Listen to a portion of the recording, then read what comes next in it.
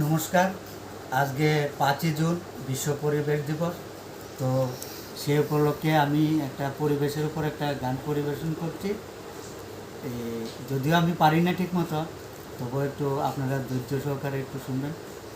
তো কেউ বাজে মন্তব্য করবেন না, এতটুকু অনুরোধ। তো আমি শুরু করছি।